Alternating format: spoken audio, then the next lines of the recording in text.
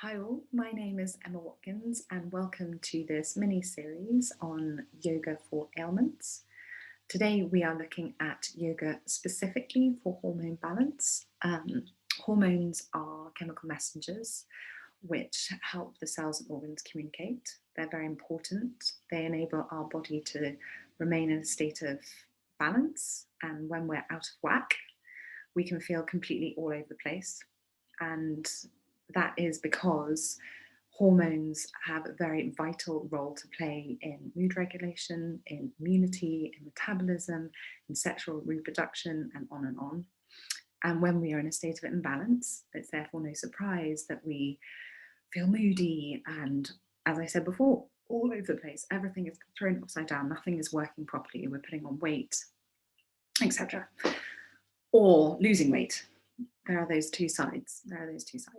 So today we are going to be looking at yoga poses that are helping to stimulate the hormone producing glands and maintain optimal function. This leads to consistent production and distribution around the body. So there are the asanas, the postures, but there's also the breathing, which is a very important part of yoga.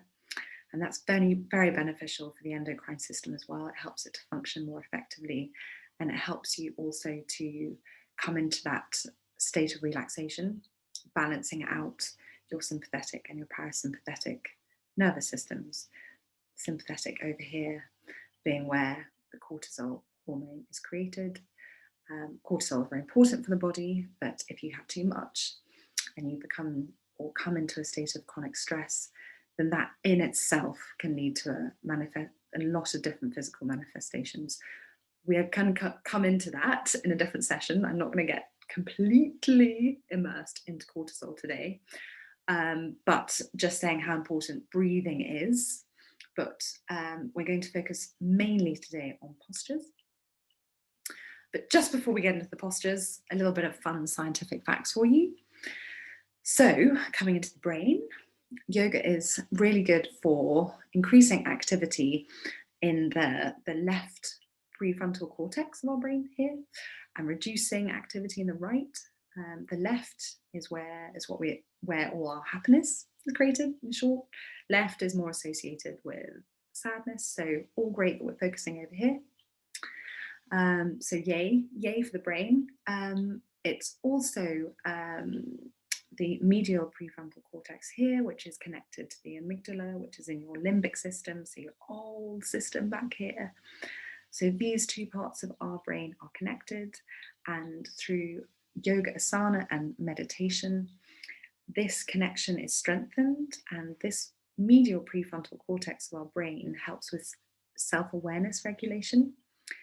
And the amygdala, by practicing yoga, asanas, and meditation, the amygdala actually shrinks, which is good because it's the amygdala that's quite often overfiring signals around threat, etc. So by the amygdala shrinking down, but that connection strengthening, we are helping this part of the brain have more say, the rational part of the brain having more say over that ancient amygdala limbic system, or I should say the amygdala in the limbic system. Yoga is also great for DHEA, which is the anti-aging hormone. It's also great, it encourages GABA release, increasing GABA secretion, and GABA is very important for dampening the excitement of the neurons. So essentially, if the more GABA we have, we can increase the calming feeling, calming sensation. People with low GABA levels, it's often associated with anxiety. There's also an increase in oxytocin, the cuddly, loving hormone, and that's all to do with the vagus nerve. So vagus nerve, brainstem, down to the bottom of your spine, goes into all your organs. Really seriously cool nerve. And by stimulating the vagus nerve, it's a quick access into the parasympathetic nervous system, which is another reason why we're feeling happy and relaxed. So that's the science. I'm not going to go too deep into it. This also increases endorphins, serotonin, and dopamine, all those hormones and neurotransmitters that you've heard about. But let's get to the mat. Having sat on my knees, I'm now losing circulation. Oof. Right. So we're coming to the mat. Hopefully you can see me. I'm just going to take my cardi off. So the first couple of poses we're going to do is working on the thyroids. Okay. So metabolism. We're going to come into rabbit pose first. So knees down on the mat, weight being placed into the tops of our feet. And we're going to lower our head, the crown of our head onto the mat with our arms down by our side.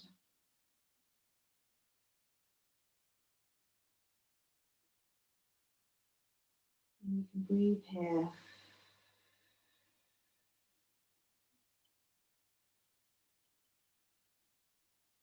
Relaxing the body.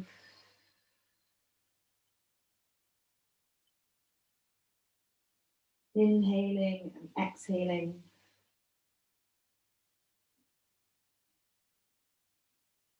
Balancing out the body here. Allowing the pose to work into the thyroid region. And then if you lift yourself up and come into child's pose, which is just the most relaxing, juicy, delicious pose that you can do at any point in the day, wherever you are. When I say wherever you are, you're not going to get down and do this in the office, are you? I meant you can do it in your room, or you can do it in front of the telly, or more like that. So, knees out, mat width apart, big toes touching, arms out in front of you, fingers wide, palms placed onto the mat, forehead down, and just melt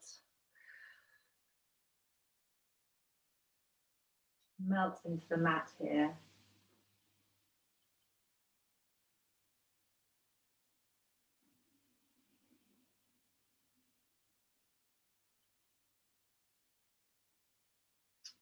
And then coming up, I would be resting in these poses a lot more and giving more instruction, but as this is just a spotlight and a quick display of poses that you can do, that's why I'm going to be moving quite quickly. And the third one in this little section, which is working on the thyroid, is camel. So I actually injured my back a couple of years ago. So I'm very careful with back bends. There's absolutely nothing wrong with them. They're very, very positive and very powerful. But I'm just going to do a gentle back bend here, but it still has the same effect. But you must always do what feels right for your body. And if it feels right to lean back and grab your ankles, absolutely go for it if you're a practiced, seasoned yogi. If not, you can get that same bend by lifting just gently up, sternum, elbows back, and automatically press your thumbs just into the base of your spine, pushing your core forward, grounding down into your knees, and just taking a bend.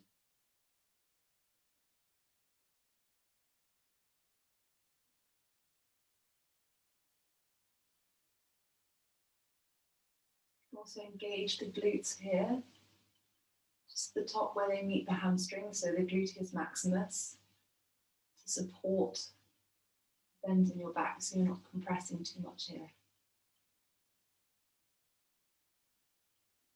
And then come back to neutral.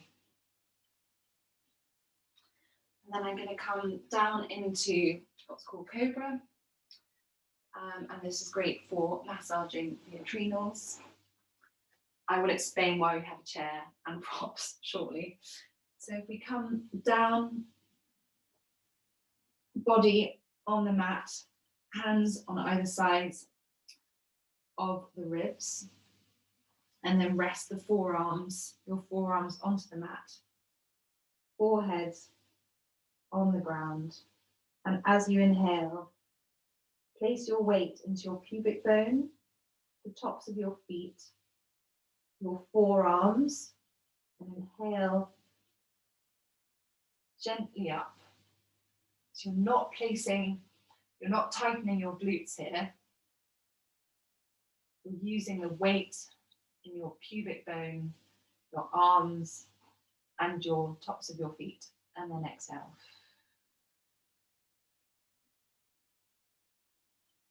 And you can do that several times, inhaling up and exhaling down. And then the chair. So I don't have a wall here, but even better if you can get your legs up the wall. And it's just the all power pose that, because it is completely restful and relaxing. Because what it is doing here is it's working against gravity. So the moment I lie back, I can feel space in my spine, which is heaven, but today we're on hormones. So this is flooding the adrenal glands and your endocrine system with blood and oxygen. So it's helping massage, helping stimulate, as I was talking about. And me looking at the screen, seeing myself lying on my back with legs on a chair, how great is that this is good for you? So, so simple and so juicy. And I'm going to bring myself up. And then I'm going to show you a supported child's pose, which again we were talking about at the start. Being a good pose for your thyroids. But by making it supported, you're also having an effect on the adrenals as well. You don't need to use a bolster and a block. Here you can use a book and you can use rolled up blankets. But this pose again, when I said you can do child's pose anywhere, anytime, anywhere. But you can do this on holiday as well, because as I said, you don't need to take your bolster everywhere with you. You can just make do. But place the block between your bum and your calves. Have the bolster or the blankets in between your legs. And then take your arms down by your sides with the palms facing up.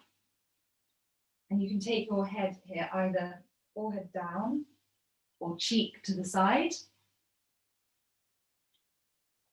And that is total heaven.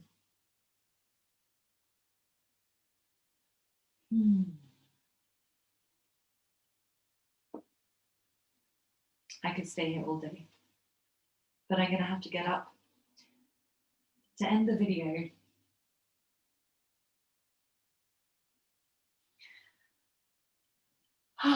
So those very simple poses that I just showed you, they don't look as though they're revolutionary, but it's in the simplicity. That's why yoga is so beneficial and so powerful, because in its simplicity, it can help the body become whole again and to operate in the best way that it can. Coming up to say thank you for watching today, and really look forward to the next edition of this mini series. I will be videoing these each week, so look out for them. Thanks very much for joining today.